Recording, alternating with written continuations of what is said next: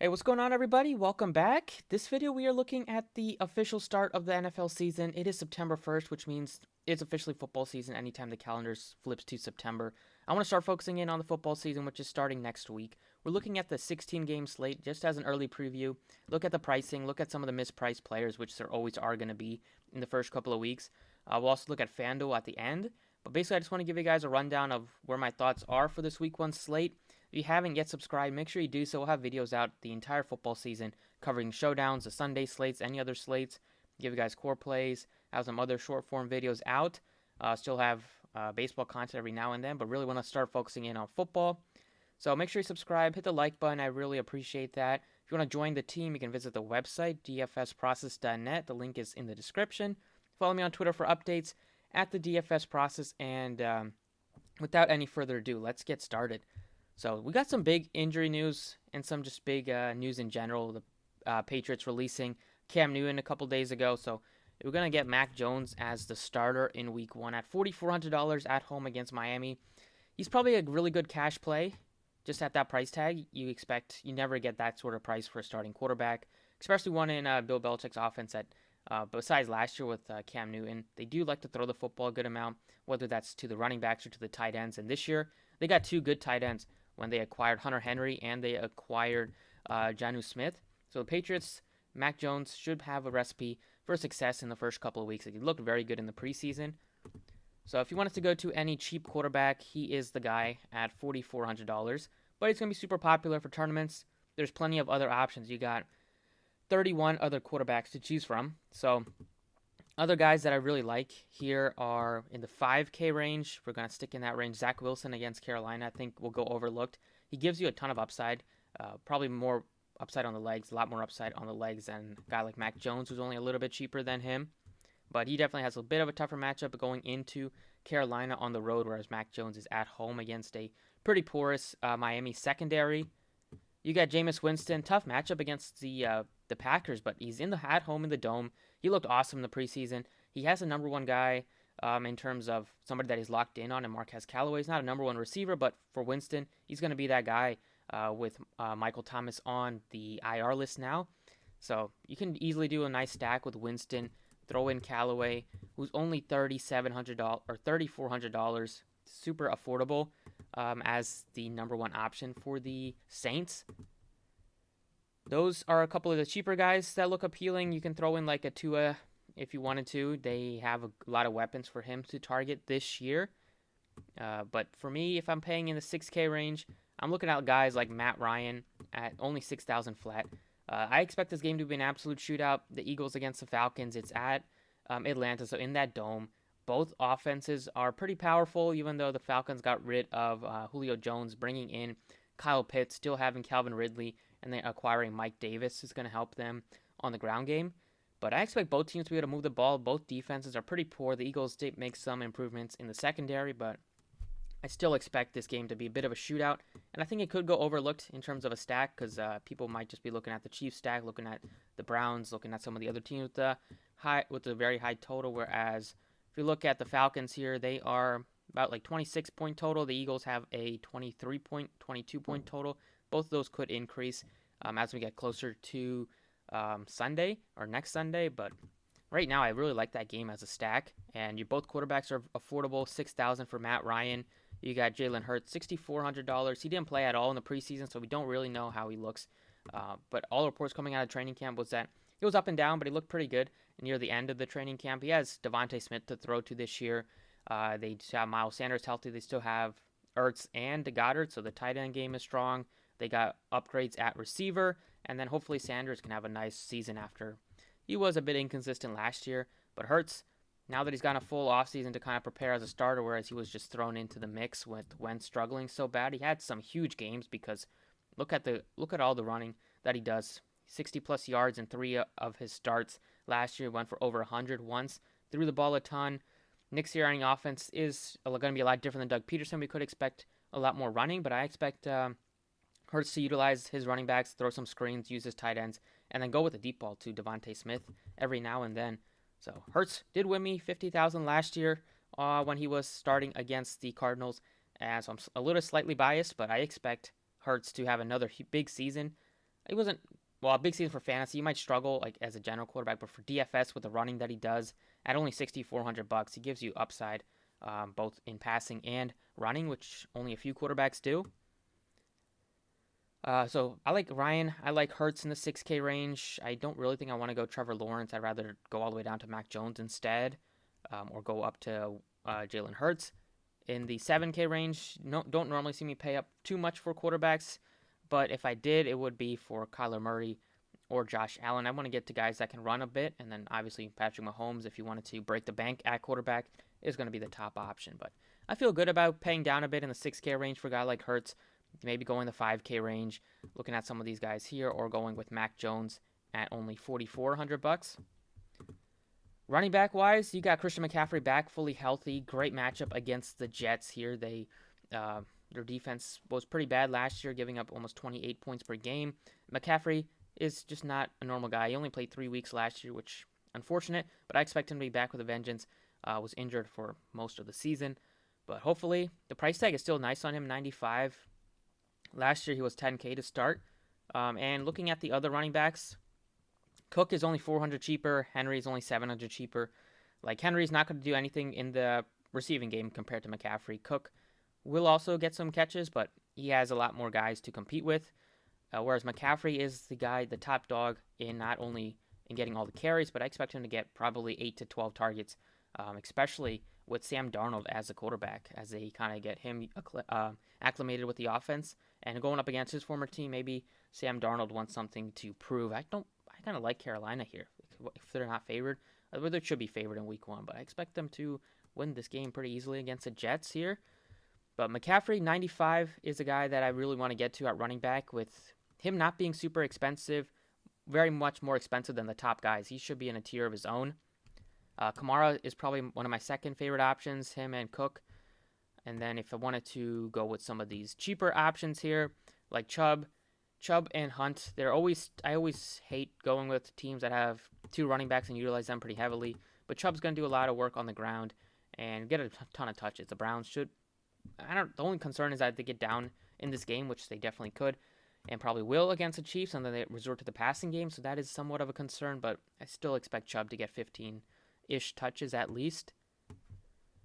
Miles Sanders, if you wanted to stack up this game, he's $6,500. He looks fine, but kind of like Joe Mixon right now. He's $6,200. They have Joe Burrow back, but Burrow and that offense in the preseason looked a little bit shaky.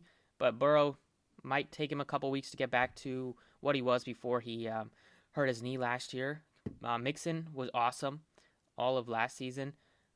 He also got hurt after week 6, but in the first few weeks he was doing good. 4 touchdowns during that span, getting a bunch of targets from Joe Burrow, and I expect them to kind of build off of that chemistry that they had last year in the first couple of weeks before they both got hurt. And Mixon, he's looked good in the preseason. He's going to get a ton of work on the ground. You're looking at 20-plus touches easily at only $6,200 at home against one of the worst rush defenses in football last year. Definitely sign me up for some Joe Mixon. So those are my 2 favorite running backs. One is super expensive, one is affordable. Other guys that are affordable are like James Robinson, who's now going to be the number 1. Myles Gaskin, tougher matchup against the Patriots, but I don't mind getting to him. And then I like Mike Davis, another guy that's going to do a lot of work, not only with the ground, but he's also going to command probably 5 to 6, 7 targets here with Matt Ryan. And he should be an every down back for the Falcons like he was in place of McCaffrey last year, and he did have some solid weeks. And then for complete cheap running backs here, we'll have to see when some of these teams name their starters. But we could look to like Connor if he's going to get some work out in Arizona, but these are just like very deep flyers because we don't know their full workload, and they are going to be splitting time with some other guys.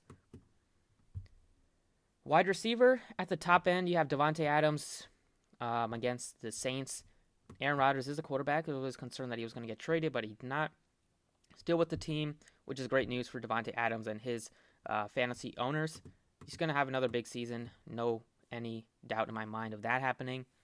Tyreek Hill looks great against Cleveland, but I absolutely love Calvin Ridley. Expect him to have one of the best seasons out of any wide receiver. No more Julio Jones to deal with for him in terms of competing with targets. And they did bring in Kyle Pitts, but he's Like, he's a tight end. He's not going to take away a lot of targets from Calvin Ridley. He should be looking at 12 to 15 targets every single week from Matt Ryan. He's an amazing guy to look to in the end zone, and also with the deep ball. As long as he stays healthy, which he typically does, I expect Calvin Ridley to put up a monster showing. Against the Eagles secondary, they do have Slay, but Slay's taken a step back a bit over the past couple years, and Ridley's just no match at home against this Eagles secondary. So he's going to be one of my favorites to target all season, especially week 1, if I am going to be stacking the first game a little bit. A.J. Brown, him and Julio Jones, both nicely priced. I think they both look appealing. I like probably Brown a little bit more than Julio. Adam Thielen against Cincinnati. Him and Justin Jefferson. I think Jefferson will emerge as a top option, but Adam Thielen is no slouch and definitely will get a bunch of targets once again this year. No more Michael Thomas, which means like Marquez Callaway is the number 1 guy, and he's super cheap, so he has to be one of the best options in terms of value for a receiver. In the 6K range, you got DJ Moore, who I like quite a bit. Going to be playing with Sam Darnold this year, so probably a little guy that will throw a little bit more than Teddy did last year, and Moore is probably can hopefully build off of the yards, but I expect him to get more than 4 touchdowns this year.